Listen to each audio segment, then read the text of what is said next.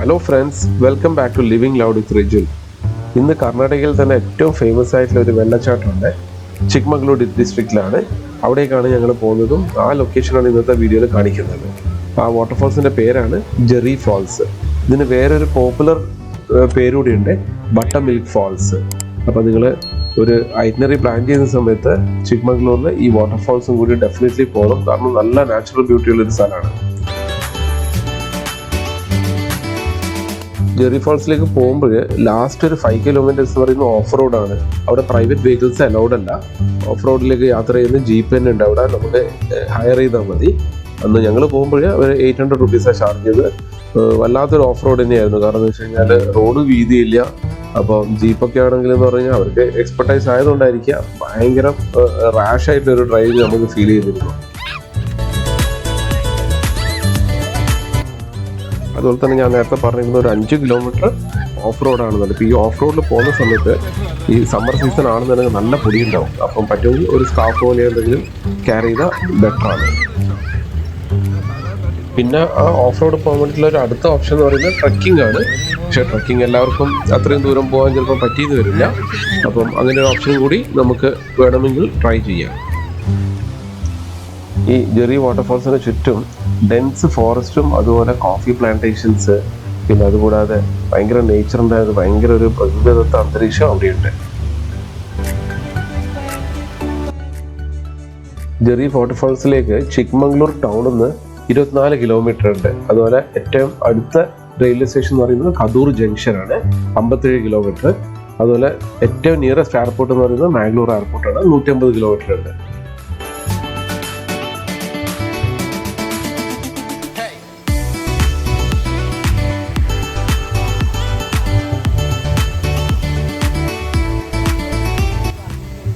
ഈ പാറക്കെട്ടിൻ്റെ ഇടയിൽ കൂടി ഒഴുകി വരുന്ന വെള്ളം ശരിക്കും പറഞ്ഞാൽ പിക്ചറസ്ക്യൂ സെറ്റിങ്സ് തന്നെ നമുക്ക് പ്രദാനം ചെയ്യുന്നുണ്ട്.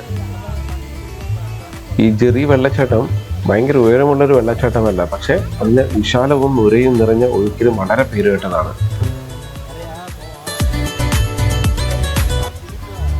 ഈ വിസിറ്റേഴ്സിന് ഒരു വ്യൂയിങ് പ്ലാറ്റ്ഫോം ഉണ്ട്. അപ്പോൾ വെള്ളത്തിൻ്റെ അടുത്തേക്ക് പോകുന്നില്ല, വെള്ളത്തിലേക്ക് ഇറങ്ങുന്നില്ല എന്നുണ്ടെങ്കിൽ നമുക്ക് അവിടെ നിന്നിട്ട് ഈ വെള്ളച്ചാട്ടത്തിൻ്റെ ഭംഗി ശരിക്കും ആസ്വദിക്കാൻ പറ്റും. ജെറി ഫാൾസിലേക്ക് പോകാൻ വേണ്ടി പറ്റിയൊരു ടൈം എന്ന് പറയുന്നത് പോസ്റ്റ് മൺസൂൺ ആണ്.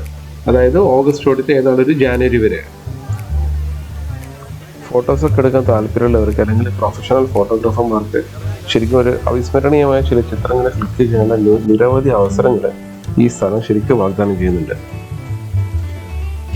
ഞങ്ങൾ പോയ ദിവസം നല്ല റഷായിരുന്നു. അതുകൊണ്ട് തന്നെ ഞങ്ങൾ ആ വെള്ളച്ചാട്ടത്തിൻ്റെ അങ്ങോട്ടേക്ക് പോയില്ല. പക്ഷേ ആ ബേസ്മെൻറ്റ് അല്ലെങ്കിൽ അടിത്തട്ടിൽ ഒരു നാച്ചുറൽ പൂള് ഫോം ചെയ്തിട്ടുണ്ട്. വേണമെങ്കിൽ നമുക്ക് അവിടെ ഇറങ്ങാം. അവിടെ ഞങ്ങൾ ഇറങ്ങിയിട്ടുണ്ടായിരുന്നു. അവിടെ ഇറങ്ങിയിട്ട് ജസ്റ്റ് ഒന്ന് റിഫ്രഷ് ചെയ്തിട്ട് നമുക്ക് ഇറങ്ങാൻ പറ്റുന്ന കാര്യമുള്ളൂ.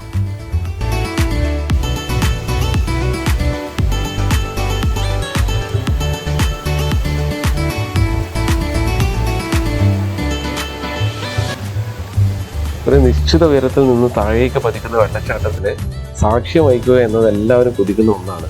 ഇതാണ് ജെറി വെള്ളച്ചാട്ടത്തിലേക്കുള്ള ഒരു സന്ദർശനം നഷ്ടപ്പെടുത്താതിരിക്കാനുള്ള പ്രധാന കാരണം.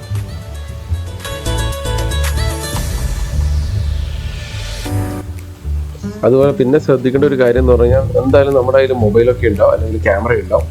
അപ്പോൾ നമ്മൾ വെള്ളത്തിലേക്ക് കുളിക്കാൻ പോകുന്നതാണെന്നുണ്ടെങ്കിൽ നമുക്കിത് മൊബൈലൊന്നും എവിടെയും ഡെപ്പോസിറ്റ് ചെയ്യാനോ അല്ലെങ്കിൽ എവിടെയും ഹാൻഡ് ഓവർ ചെയ്യാൻ വേണ്ടി പറ്റിയൊരു സ്ഥലമൊന്നുമില്ല.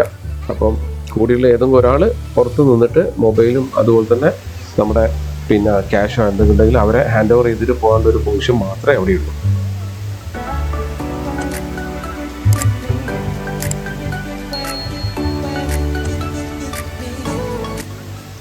ജെറി ഫാൾസിന് അടുത്ത് തന്നെ സ്റ്റേ ചെയ്യണമെന്നുണ്ടെങ്കിൽ മൾട്ടിപ്പിൾ ഹോം സ്റ്റേസ് അവൈലബിൾ ആണ്.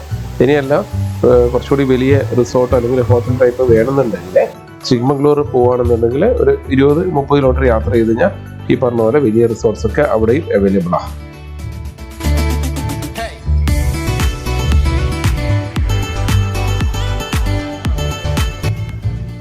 മൊത്തത്തിൽ പറയുകയാണെന്നുണ്ടെങ്കിൽ നമ്മൾ ചിക്മംഗ്ലൂർ യാത്ര പ്ലാൻ ചെയ്യുന്ന സമയത്ത് നമുക്കൊരു ഹാഫ് ഡേ എക്സ്കർഷൻ എന്നുള്ള രീതിയിൽ ഫ്രണ്ട്സും ഫാമിലിയൊക്കെ ആയിട്ട് നമുക്ക് സ്പെൻഡ് ചെയ്യാൻ പറ്റിയ സ്ഥലമാണ് ഈ ജെറി വാട്ടർഫാൾസ്.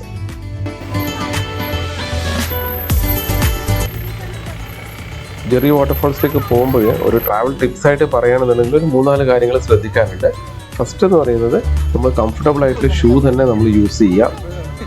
രണ്ടാമത്തെ കാര്യം, നമ്മളവിടെ പോകുമ്പോൾ ഫുഡോ അല്ലെങ്കിൽ അതുപോലെ തന്നെ വെള്ളമൊക്കെ ക്യാരി ചെയ്യുക. കാരണം എന്താ വെച്ച് കഴിഞ്ഞാൽ അവിടെ നമുക്ക് ഈട്രീസ് ഒന്നും അത്ര അവൈലബിൾ അല്ല. മൂന്നാമതായിട്ട് ശ്രദ്ധിക്കേണ്ട കാര്യം എന്ന് പറയുന്നത് നമ്മൾ സൺസ്ക്രീൻ യൂസ് ചെയ്യുക. കാരണം എന്താ വെച്ച് കഴിഞ്ഞാൽ ഡേ ടൈം ആണെന്നുണ്ടെങ്കിൽ നല്ല ചൂടുണ്ടാവും. പിന്നെ നാലാമതായിട്ട് ശ്രദ്ധിക്കേണ്ട ഒരു കാര്യം എന്ന് പറഞ്ഞു കഴിഞ്ഞാൽ നമ്മൾ വാട്ടർഫോൾസിലേക്ക് പോകുന്ന സമയത്ത് വെള്ളത്തിലേക്ക് ഇറങ്ങി കുളിക്കാനാണ് ഉദ്ദേശമെങ്കിൽ നമ്മൾ എക്സ്ട്രാ പെയർ ഓഫ് ക്ലോത്ത്സും കൂടി നമ്മൾ കരുതുക. അതിൽ ക്യാപ്പും അതുപോലെ സൺഗ്ലാസസ് ഒക്കെ യൂസ് ചെയ്യുന്നത് ബെറ്റർ ആയിരിക്കും. ഈ ജെറി ഫോൾസിൻ്റെ ലൊക്കേഷൻ മാപ്പ് ഞാൻ ഡിസ്ക്രിപ്ഷനിൽ മെൻഷൻ ചെയ്യാം. അതുപോലെ തന്നെ മേജർ സിറ്റീസ് ജെറി ഫോൾസിലേക്കുള്ള ഡിസ്റ്റൻസ് ഞാൻ ഡിസ്ക്രിപ്ഷനിൽ മെൻഷൻ ചെയ്യുന്നുണ്ട്. അപ്പം അത് കംപ്ലീറ്റ് നോക്കിക്കഴിഞ്ഞാൽ നിങ്ങൾക്ക് ഓൾമോസ്റ്റ് ഒരു ചിക്മംഗ്ലൂർ ട്രാവലിംഗ് പ്ലാൻ ചെയ്യുമ്പം ഒരു ബേസിക് ആയിട്ടുള്ള ഒരു ഐഡിയ നിങ്ങൾക്ക് കിട്ടും.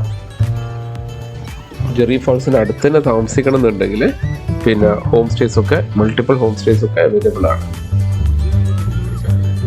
നമ്മുടെ പ്രൈവറ്റ് കാർസ് ഒക്കെ എൻട്രൻസിൻ്റെ അവിടെ തന്നെ പാർക്ക് ചെയ്യേണ്ടി വരും. വലിയൊരു പാർക്കിംഗ് ഏരിയ ഒന്നും ഇല്ല അവിടെ.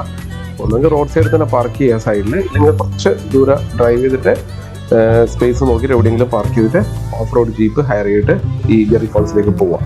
പിന്നെ എൻട്രൻസ് ടൈം എന്ന് പറയുന്നത് രാവിലെ 8 മണി തൊട്ട് വൈകുന്നേരം 5 മണി വരെയാണ്. എൻട്രൻസ് ഫ്രീ ഒന്നും ചാർജ് ചെയ്യുന്നില്ല.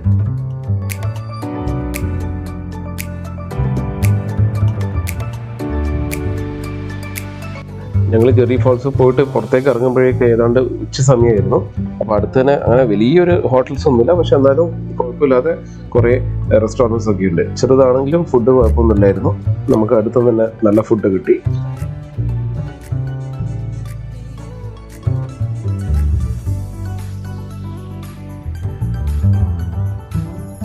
ജെറി ഫോൾസിൻ്റെ വീഡിയോ ഇഷ്ടപ്പെട്ടെങ്കിൽ ലൈക്ക് ചെയ്യാനും അതുപോലെ തന്നെ കമൻറ്റ് ചെയ്യാനും സബ്സ്ക്രൈബ് ചെയ്യാത്തവർ സബ് ചെയ്യാനും പിന്നെ ബെല്ലൈക്കൻ ക്ലിക്ക് ചെയ്യാനും ഒന്നും മറക്കണ്ട.